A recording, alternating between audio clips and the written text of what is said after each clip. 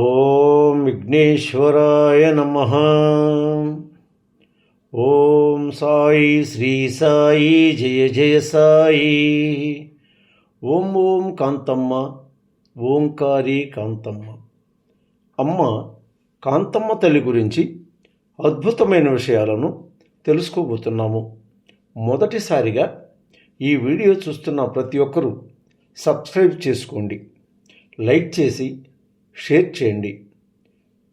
ప్రతి ఒక్కరూ భక్తి బంధువులు కండి అమ్మ ఒడిని చేరుకోండి. ప్రక్కనున్న బెల్ సింబల్ని నొక్కండి.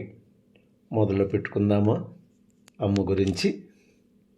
నన్ను చూడగానే అమ్మ ఒక చిన్న కర్ర తీసుకొని 2 దెబ్బలు వేసినది. నీవు రమ్మంటేనే వచ్చామమ్మా, కొడితే ఎలా అని అమ్మను అడిగాను.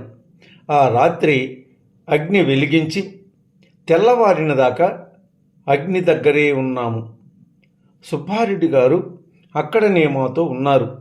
నేను తిరుపతిలో బిఎస్ఎన్ఎల్లో జాబ్ చేస్తున్నాను. ఒక రాత్రి నిర్మలకు కలలో కనిపించి తలలో పూలు పెట్టింది.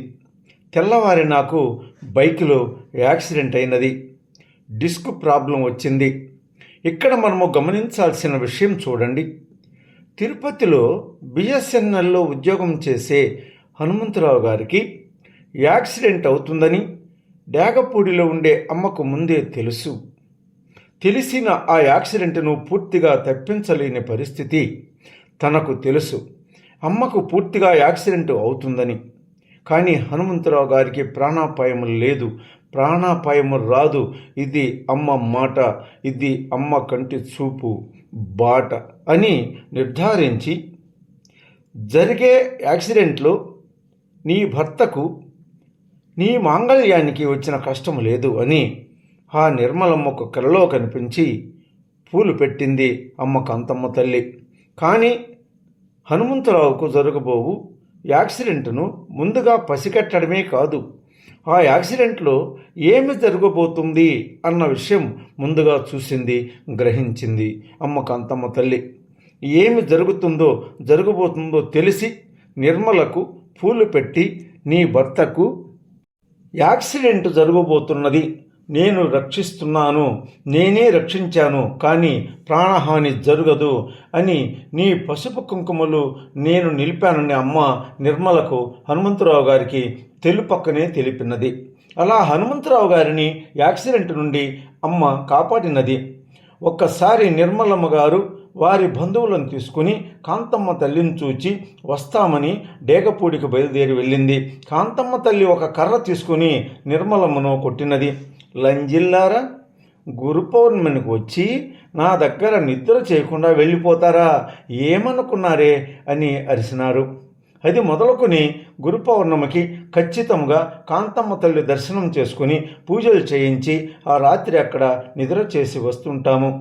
ప్రతి గురు పౌర్ణమికి ఎక్కడున్నా అమ్మ సేవకు, అమ్మ పూజకు ఖచ్చితంగా రావాల్సిందే.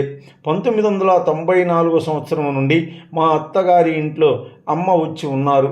ఆ రాత్రి మా అత్తగారు సుబ్బమ్మ గారు కాంతమ్మ తల్లి ప్రక్కగానే పడుకుని ఉన్నారు. నిర్మలమ్మ నీళ్లు పోసుకుని ఉన్నారు. మా పాప కడుపులో ఉన్నప్పుడు మా అత్తగారు అమ్మను లేవగొట్టి, అమ్మ పాపకి నొప్పులు వస్తున్నాయి, ఏమి చేయమంటారు అని అమ్మను అడిగారు. దిష్టి తీసి హాస్పిటల్కు తీసుకుని పోండి అని చెప్పింది. మేము మా వాళ్లకు అలా దిష్టి తీసివేసి హాస్పిటల్కు తీసుకుని పోయాము. మాకు కూతురు పుట్టింది. ఆమె పెరిగి పెద్దయి మంచి చదువులు చదువుకుని పెళ్లి చేసుకుంది. ఇప్పుడు ఆమెకు ఒక పాప పుట్టింది. ఆమెకు కాంతమ్మ తల్లి పేరు కలిసి వచ్చేటట్లుగా పేరు పెట్టుకున్నాము. అమ్మాయి జాబ్ చేస్తుంది, అబ్బాయి కూడా జాబ్ చేస్తున్నారు. పిలిచిన పలికే తల్లికి ఏమి ఇవ్వగలము? నిత్యము అమ్మ పూజలే మాకు శరణ్యమని వేరు ఏముంటుంది? అబ్బాయికి మంచి జాబ్ వచ్చింది. అందరము సుఖ సంతోషాలతోనే అమ్మ దయ వలన బాగున్నాము. హనుమంతరావు గారు, వారి ధర్మపత్ని నిర్మలమ్మ గారు. ఇక్కడ ఇంకొక విషయము, ఇది చాలా మంచి నిదర్శనము మా జీవితంలో అంటూ హనుమంతరావు చెప్తున్నారు. మా కూతురికి ఒక పాప పుట్టింది. 9 రోజుల బిడ్డను అమ్మ తన కాళ్లపై పండేసుకుని బోరు నీళ్లు కొట్టించి చల్లని చన్నీటి స్నానం చేయించినారు. మాకు దడ పుట్టింది. చన్నీటి స్నానం ఏమవుతుందో అని అందరము భయపడినాము. సాయంత్రము చిన్నపిల్లల హాస్పిటల్కి తీసుకుపోయి డాక్టర్ గారికి చూపించినాము. పాప చన్నీటి స్నానానికి జవికిపోయింది, కానీ ఆరోగ్యముగా పూర్తిగా పాపకు కనీసం జలుబు జ్వరం కూడా రాలేదు. హాస్పిటల్ నుండి ఇంటికి పాపను తీసుకుని వచ్చాము. ఆ రాత్రి పాప ఉయ్యాలలో గాజులు, కొద్దిగా బెల్లము పాప తల కింద పెట్టించారు కాంతమ్మ తల్లి. హనుమంతరావు గారి కూతురు పేరు కాంతమ్మ పేరుకు సరిపోతుందని కిరణ్మయి అని పేరు పెట్టింది కాంతమ్మ తల్లి. ఆ రోజు ఈ కిరణ్మయి కూతురు పేరు దియా అని పేరు పెట్టుకున్నాము.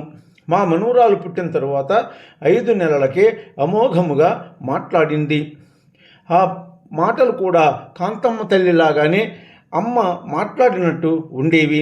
దియాకి 3 సంవత్సరముల వయసు వచ్చిందాకా ఆమె ఏది చెప్పినా అదే జరిగేది. నేను బిఎస్ఎన్ఎల్లో వాలంటరీ రిటైర్మెంట్ తీసుకుని అమ్మ సేవ చేస్తున్నాను. మా ఫ్యామిలీ అందరూ అమ్మ కాంతమ్మ తల్లి సేవకులే, సదా కాంతమ్మ తల్లి పాదరేణువులే. ఇలా మా కుటుంబము ఆయురారోగ్యాలతో సుఖ సంతోషాలతో కాంతమ్మ తల్లి దయ వలన ముందుకు సాగిపోతున్నది. ఓం ఓం కాంతమ్మ ఓంకారి కాంతమ్మ, ఓం ఓం కాంతమ్మ ఓంకారి కాంతమ్మ, ఓం ఓం కాంతమ్మ ఓంకారి కాంతమ్మ. విన్నారు కదూ హనుమంతరావు తన కుటుంబం గురించి ఏం చెప్తున్నారు. ఇలానే ఎంతమంది సేవలు అమ్మకు అందిస్తున్నారు, అమ్మ పూజలో పాల్గొంటున్నారు. ఇన్ని కుటుంబాలను అమ్మ తన వెంట నడిపిస్తున్నారు. మరొకరు కదూ మీ విజయభాస్కరుడను.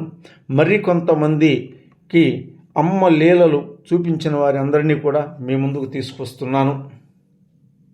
నన్ను మరొకరు అనుకుంటాను.